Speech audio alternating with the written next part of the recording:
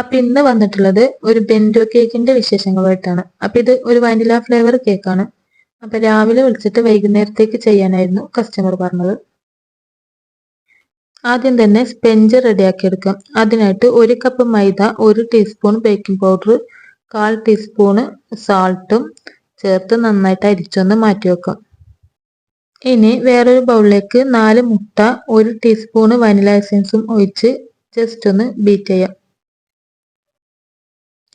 1 cup പൊടിച്ച പഞ്ചസാര കുറേശ്ശെയായിട്ട് ചേർത്ത് നല്ല ഫ്ലഫി ആകുന്നത് വരെ ബീറ്റ് ചെയ്യാം.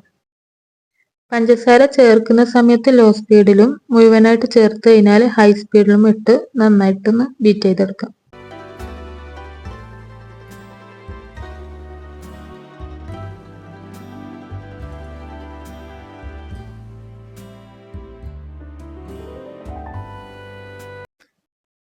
ഇതിലേക്ക് ഇനി 2 ടേബിൾ സ്പൂൺ സൺഫ്ലവർ ഓയിൽ ചേർത്ത് ജസ്റ്റ് ഒന്ന് ബീറ്റ് ചെയ്യാം.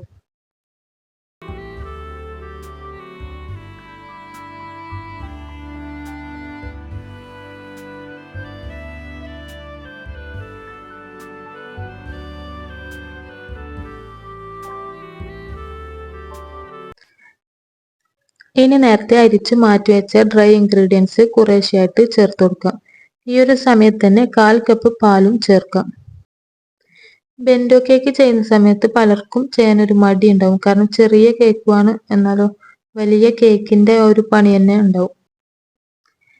ബെന്റോ കേക്കിന് 1 kg സ്പെഞ്ചിന്റെ ആവശ്യമൊന്നുമില്ല. പക്ഷെ ഞാനിവിടെ ബാക്കി ഒരു ടീ കേക്ക് പോലെ കട്ട് ചെയ്ത് എടുക്കാൻ വിചാരിച്ചിട്ട് അങ്ങനെ 1 kgൻ്റെത് ചെയ്തെന്നുള്ളൂ. എന്തായാലും ചെയ്യുന്ന സമയത്ത് ഒരു 2 മുട്ടൻ്റെയോ അങ്ങനെയൊക്കെ വ്യത്യാസമല്ലേ വരും. പിന്നെ ബെന്റോ കേക്ക് ആകെ ഒരു 4-5 ഇഞ്ചിന്റെ ആ ഒരു വലിപ്പത്തിലല്ലേ വരുന്നത്. അപ്പൊ ഇതൊരു 10 ഇഞ്ചിന്റെ മോൾഡിലാണ് ബേക്ക് ചെയ്തെടുത്തത്. 150 ഡിഗ്രി സെൽഷ്യസിൽ ഒരു 20 to 25 മിനിറ്റ് കൊണ്ട് തന്നെ ബേക്കായി വന്നിട്ടുണ്ട്. ഇനി ഒരു 1/4 കപ്പ് ക്രീം എടുത്തിട്ട് നന്നായിട്ടൊന്ന് ബീറ്റ് ചെയ്തെടുക്കാം.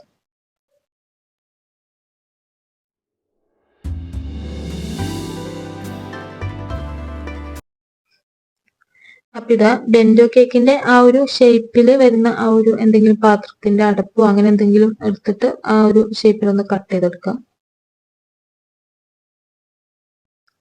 ഇനി ഫസ്റ്റ് ലെയർ വെച്ച് കൊടുത്ത് ഷുഗർ സിറപ്പ് കൊണ്ട് വെറ്റ് ചെയ്ത് ക്രീം ഒന്ന് അപ്ലൈ ചെയ്ത് കൊടുക്കാം. എന്നിട്ട് മൊത്തത്തിലൊന്ന് സ്പ്രെഡ് ചെയ്ത് കൊടുക്കാം. ഇനി വൈറ്റ് ചോക്ലേറ്റ് ഗ്രേറ്റ് ചെയ്തത് ഇതിന്റെ മുകളിലായിട്ട് ഇട്ടു.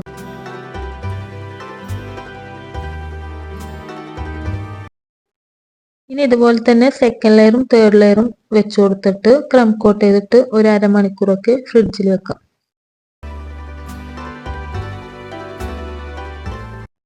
അരമണിക്കൂറിന് ശേഷം കേക്ക് ഫൈനൽ കോട്ട് ചെയ്തിട്ട് ഫിനിഷ് ചെയ്തെടുക്കാം.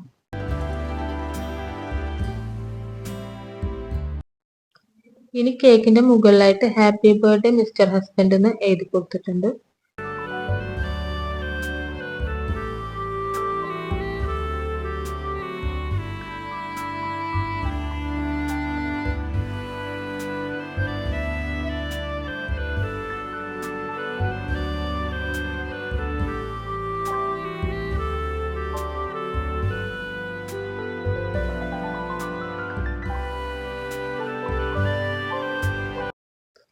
അപ്പൊ കേക്ക് റെഡി ആയി വന്നിട്ടുണ്ട്. ഇനി അത് ആ ഒരു ബോക്സിലേക്ക് ഒന്ന് മാറ്റി കൊടുക്കാം.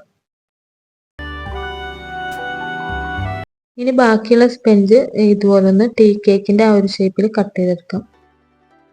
നിങ്ങൾക്ക് ഈ വീഡിയോ ഇഷ്ടമാണെങ്കിൽ ഒന്ന് ലൈക്ക് ചെയ്ത് സബ്സ്ക്രൈബ് ചെയ്ത് ഒന്ന് സപ്പോർട്ട് ചെയ്യണേ. അപ്പോൾ ഇൻഷാല്ല പുതിയൊരു റെസിപ്പി ആയിട്ട് നമുക്കിനി അടുത്ത വീഡിയോയിൽ കാണാം.